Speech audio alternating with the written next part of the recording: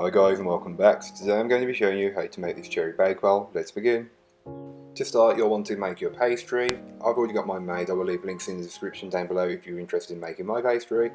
Then you'll want to roll it out slightly bigger than the tart tin or pie dish that you're using.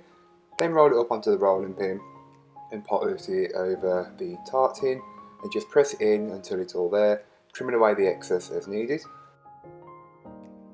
Don't forget, if your pastry does rip or tear, don't worry, you can always fix it with some of that excess pastry. Then once you've got it trimmed and everything's ready, you can then start to dock the bottom of the pastry. This is just to prevent it from rising up while baking.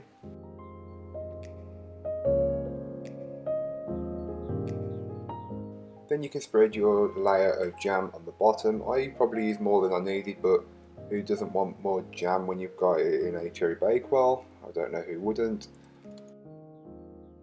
So to make the filling, which is a frangipan, you'll want to add your flour, ground almonds, sugar and butter along with an egg into a food processor onto a bowl and just whisk it all together until it's fully combined.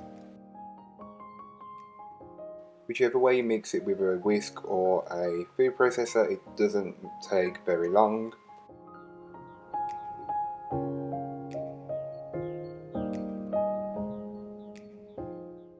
You can then add the frangipan filling on top of the pastry case that you made earlier on with the jam on the bottom, and then just spread this out and get it as level as possible, as this will help with the baking, making it more consistent. So here is what the tart looks like once it's fully baked and cooled. You can then remove it from the dish and just get ready to assemble it. The only bit you've got left to do now is the icing on top. The icing is the most simple part of this tart. Just get yourself a medium to large bowl and add in some icing sugar and a small amount of water and whisk that together.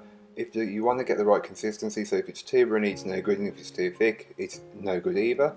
So it's all about finding that spreadable paste which will hold its shape once it's on the tart. It may take you more or less icing sugar or water. You can then take your tart and put it onto a plate or stand. Once your tart is on the stand or plate, you can then start to put the icing on and spread it out. Don't add it all on at first, as you may not need the full amount. Just add as you need it, as you can't really take it away once it's on there. Spread it out and get it as level as possible. Then add your cherries around the edge and put one in the centre. I know Cherry Bakewell normally only has one, but why not? Cut yourself a slice and enjoy it with a cup of tea or coffee, or if you like me don't like tea or coffee, just enjoy it on its own.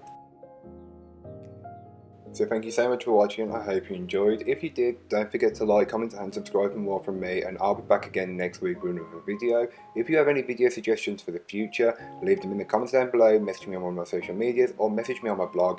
Let me know one way or another. But yeah, that's all for this week. Bye guys.